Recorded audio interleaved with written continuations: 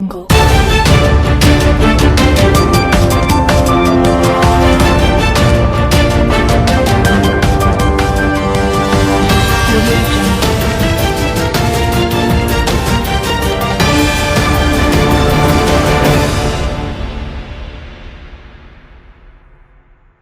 जिजाऊ संस्थेचा कृतज्ञतेची भाऊबीज सोहळ्याची ठाण्यात मोठ्या उत्साहात सांगता. जिजाऊकडून 35,000 भगिनींचा पैठणी साडी देऊन केला सन्मान. कोरोना महामारीच्या कठीण काळात अगदी प्रामाणिकपणे आपले कर्तव्य निभावत समाजासाठी देवदूत ठरलेल्या आरोग्य सेविका, डॉक्टर, नर्स, महिला स्वच्छता कामगार, महिला पोलीस या सर्वांनी आपला जीव धोक्यात घालून इतरांचे प्राण वाचवले. म्हणूनच त्यांच्याप्रती कृतज्ञता व्यक्त करण्यासाठी संस्थेचे संस्थापक निलेश भगवान सांबरे यांच्या संकल्पनेतून ठाणे आणि पालघर जिल्ह्यात विविध ठिकाणी 2020 पासून कृतज्ञता भाऊबीज हा उपक्रम मोठ्या उत्साहात साजरा करण्यात येतो. सुमारे 35,000 भगिनींना पैठणी साडीचे वाटप करत त्यांना भाऊबीज केली जाते. यंदा देखील कृतज्ञतेची भाऊबीज निमित्ताने ठाणे येथील काशीनाथ घाणेकर नाट्यगृह येथे या कार्यक्रमाचा सांगता सोहळा पार पडला. यावेळी उपस्थित महिलांना पैठणी साड्या देऊन सन्मान करण्यात आला. या सांगता सोहळा कार्यक्रमात विविध क्षेत्रात काम करणाऱ्या भगिनी या हजारोंच्या संख्येने उपस्थित होत्या. जिजाऊ संस्थेचे संस्थापक निलेश सांबरे हे सामाजिक बांधिलकी जपत आपल्या व्यवसायातून मिळालेल्या नफ्यातून हे उपक्रम राबवत आहेत. यातीलच एक उपक्रम म्हणजे कृतज्ञतेची भाऊबीज.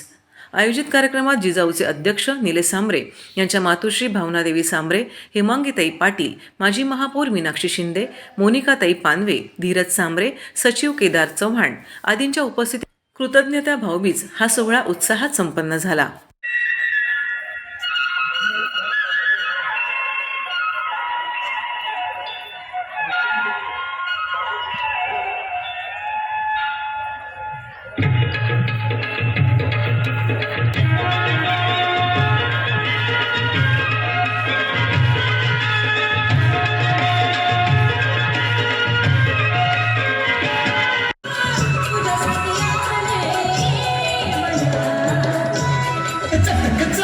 चतुर कामिनी काय म्हणू तुला, तू आहेस तरी कोण? कोण? वै वै कोण?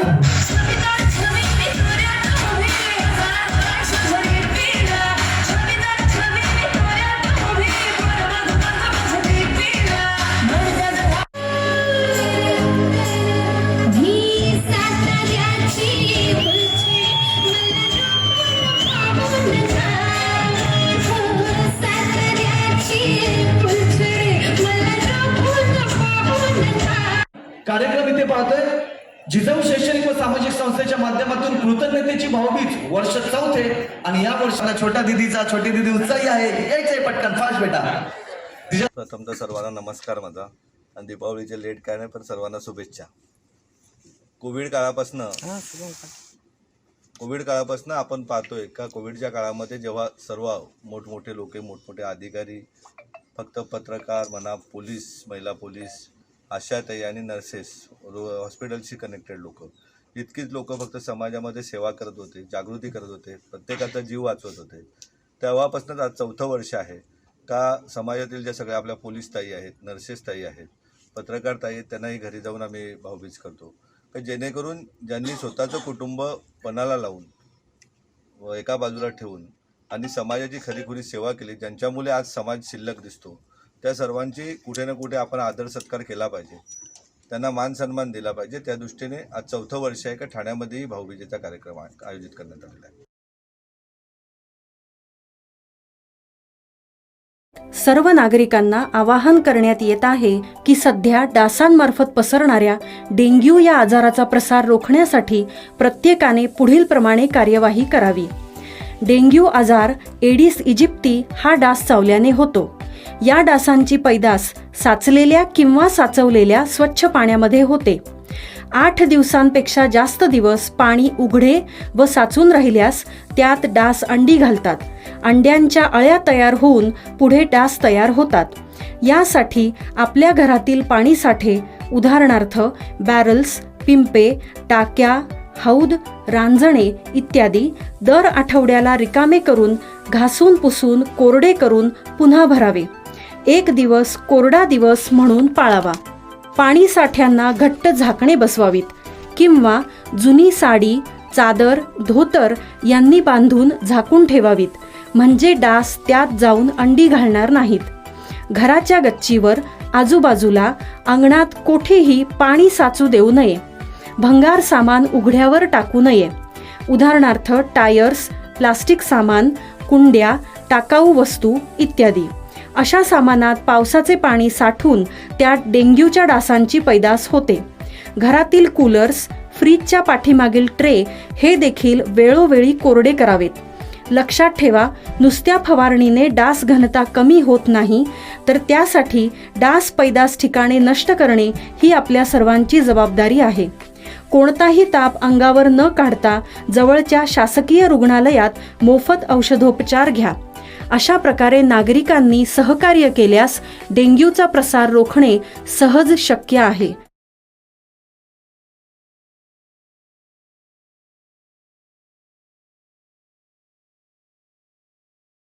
कळव्यातील संतापजनक घटना.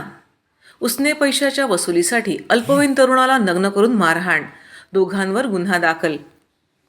उसने पैसे दिले नाही म्हणून दोघांनी अल्पवयीन तरुणाला बेदम मारहाण करून नग्नधिंड काढल्याची संतापजनक घटना कळव्यात घडली आहे. आरोपी तौसिफ खानबंदे व सामील खानबंदे यांनी अल्पवयीन उसने दिलेले 300 रुपये मागितले. त्यास पैसे देण्यास नकार दिल्याच्या रागातून या दोघांनी त्याला मारहाण केली आणि त्याचे कपडे काढून बाजारात फिरवले. ही संपूर्ण घटनेचा व्हिडिओ चांगलाच व्हायरल झाला आहे. या प्रकरणी कळवा पोलिसांनी गुन्हा दाखल केला असून तौसिफ खानबंदे याला अटक केली आहे. ते त्याचा साथीदार सामील खानबंदे फरार आहे. कळवा पोलीस ठाण्याच्या हद्दीतील कळव्यातील मुस्लिम मोहल्ला असलेल्या उमरगा दर्ग्याजवळ राहणाऱ्या 17 वर्षीय अल्पवयीन मुलाने आरोपी तौसिफ खानबंदे याच्याकडून 300 रुपये उधार घेतलेले होते. मात्र ते देण्यासाठी अल्पवयीन फिर्यादी तरुणाला देणे जमले नाही. मात्र पैसे मागण्याचा तगादा या तौसिफ याने अल्पवयीन मुलाच्या मागे लावला. मात्र तरुणाने तर पैसे देण्यास नकार दिल्याच्या रागातून त्याला मारहाण केली. 2 दिवसापूर्वी हे दोघे तरुणाच्या घरी गेले. ब्लूटूथ हेडफोन का घेतला असा जाब विचारत त्याला चापटीने मारहाण केली. त्यानंतर तौसिफ व त्याचा मित्र सामील त्याला शिवीगाळ करून त्याच्या जीन्स पॅन्टचा पट्टा काढून व अणकुचीदार हत्याराने मारहाण केली व त्याचे कपडे काढून त्याला नग्न केल्याची घटना घडली. या अमानुष मारहाणीचा आणि नग्नधिंडचा व्हिडिओ व्हायरल झाला. तारखेला 17 वर्षाचा एक लहान मुलगा पोलीस स्टेशनला आला आणि त्याने त्याच्या 2 मित्रांनी 300 रुपये उसनवार घेण्याच्या कारणावरून त्याच्याशी त्यांचं भांडण झालं आणि त्याचे जे 2 मित्र आहेत, जे आरोपी आहेत गुन्ह्यांमधले, त्यांनी त्याला मारहाण केली आणि 300 रुपये परत मागण्याकरताचा त्याच्यावर दबाव केला आणि मारहाण करत असताना त्याने त्याचे कपडे काढून घेतले आणि त्या संदर्भात त्याचा व्हिडिओ तयार केला. अशी त्या 17 वर्षाच्या मुलाची तक्रार होती. त्यावरनं कळवा पोलीस स्टेशनला आपण गुन्हा दाखल केलेला आहे आणि त्यातल्या एका आरोपीला अरेस्ट केलं आहे आणि दुसरा आरोपीला पाहिजे आरोपी आहे त्याला अरेस्ट करण्याचे प्रयत्न चालू आहेत. आरोपी हे मला वाटतं 9वी 10वी नापास आहेत, ड्रॉपआउट आहेत आणि फिर्यादी हा विद्यार्थी आहे. फिर्यादी आता हा लहान मुलगा आहे. त्याच्यावर जो प्रकार झाला त्या संदर्भात त्याचं काउन्सिलिंग करण्याकरता म्हणून आम्ही एका NGOची मदत घेणार आहोत आणि त्याचं काउन्सिलिंग करून घेणार आहोत. ते त्याला भविष्यात त्या संदर्भात त्याचा कुठेही त्याला त्रास होणार नाही. गंभीर दुखापत नाही आहे, त्याला मारहाण झालेली आहे. त्या आपापसातली त्यांची पैशाची देवाणघेवाण आहे. 300 रुपयाचं देण्यासंदर्भातला तो त्यांचा वाद होता.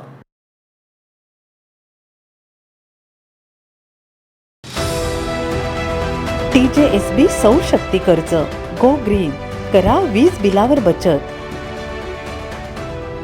आकर्षक व्याजदर, 84 महिने परतफेड कालावधी, 80% लोन, व्यावसायिक आणि उद्योजकांकरता सुद्धा. अधिक माहितीसाठी तुमच्या जवळच्या शाखेला भेट द्या किंवा संपर्क साधा. 1800-223-466 आणि 1800-266-3466.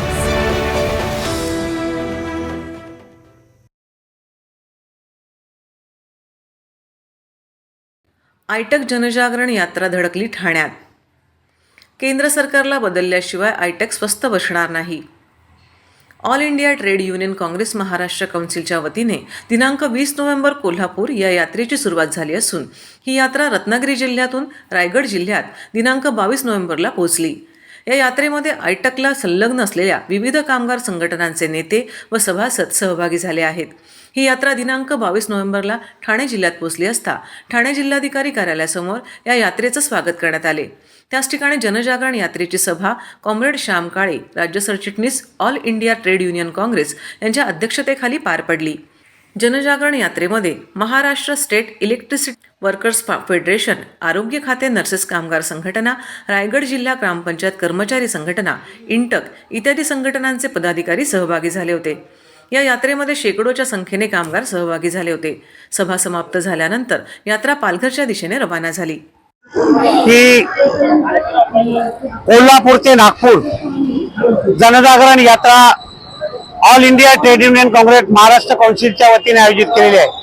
याचा मुख्य उद्देश आहे 2014 पासून देशामध्ये जे सरकार आलेलं आहे ते भारतीय जनता पार्टीचं सरकार सर्व संविधानिक संस्था विकण्याचं काम करत आहे. देशाची घटना सुद्धा बदलण्याचं काम या सरकारने सुरू केलेलं आहे आणि त्यामुळे प्रचंड रोष देशातील आणि महाराष्ट्रातील कामगारांमध्ये निर्माण झालेला आहे. हे सामान्य जनतेपर्यंत पोहोचवण्याकरता आणि 2024च्या सार्वत्रिक निवडणुकीमध्ये भाजपाचा पराजय करण्याकरता ही यात्रा शाहू महाराजांच्या जन्मभूमी कोल्हापूरमधून सुरुवात होऊन 18 डिसेंबरला नागपूरला 1 लाख कामगाराचा मोर्चा नागपूर विधानसभेवर काढून डॉक्टर बाबासाहेब आंबेडकरांनी ज्या ठिकाणी दीक्षा घेतली त्या ठिकाणी या यात्रेचा समारोप होणार. ही जवळजवळ 22 जिल्ह्यामधनं या संघर्ष यात्रेचा प्रवास होणार आहे. काही नजीकचे जिल्हे सुद्धा आहे. त्या जिल्ह्यातले लोक, ज्या जिल्ह्यातनं जाणार नाही त्या जिल्ह्यातले लोक सुद्धा नजीकच्या जिल्ह्यामध्ये या यात्रेमध्ये सहभाग घेणार आहे. भाजपचं जे सरकार आहे हे संविधान विरोधी सरकार आहे, कामगाराच्या विरोधी सरकार आहे, शेतकऱ्याच्या विरुद्ध सरकार आहे, सर्वसामान्य जनतेच्या विरुद्ध सरकार असल्यामुळे सर्व जी इंडिया आघाडी तयार झालेली आहे या इंडिया आघाडीला सुद्धा आमचं आव्हान आहे की ज्या कामगार संघटना आहे देशातल्या यांनी सुद्धा 2014 पूर्वी या केंद्र सरकारच्या विरोधात रणशिंग फुंकलेला आहे. या सरकारला हटवणे हा एकमेव पर्याय सध्या या देशामध्ये शिल्लक आहे. त्याशिवाय संविधानाची रक्षा करता येणार नाही. बदललेले कामगार कायदे बहाल करता येणार नाही. जे शेतकऱ्यांचे कायदे रद्द केलेले आहे, MSP लागू केलेली नाही ती करता येणार नाही. या सगळ्या मागण्याला घेऊन हे आंदोलन आहे. प्रचंड प्रमाणात देशात बेरोजगारी आहे. बेरोजगारीकडे सरकारचं लक्ष नाही.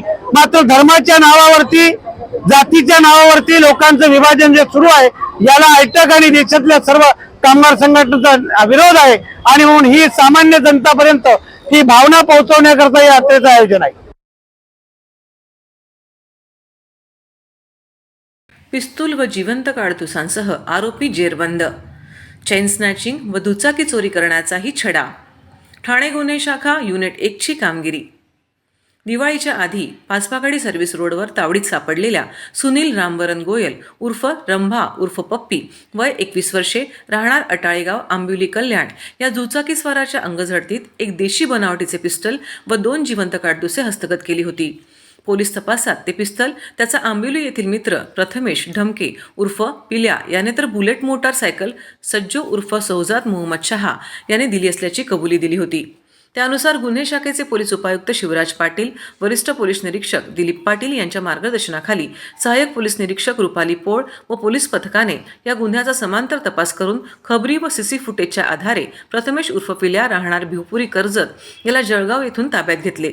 आरोपी प्रथमेश व त्याचा साथीदार सज्जो उर्फ सहेजाद मोहम्मद शहा राहणार आंबिवली व इतर साथीदारांनी मिळून ठाणे, मुंबई, नवी मुंबई, पुणे शहर, मुंबई रेल्वे ठाणे ग्रामीण येथे विविध पोलीस ठाण्यांच्या हद्दीत चेन स्नॅचिंग व मोटारसायकल चोरी आदी एकूण 35 गुन्हे केल्याची माहिती दिली.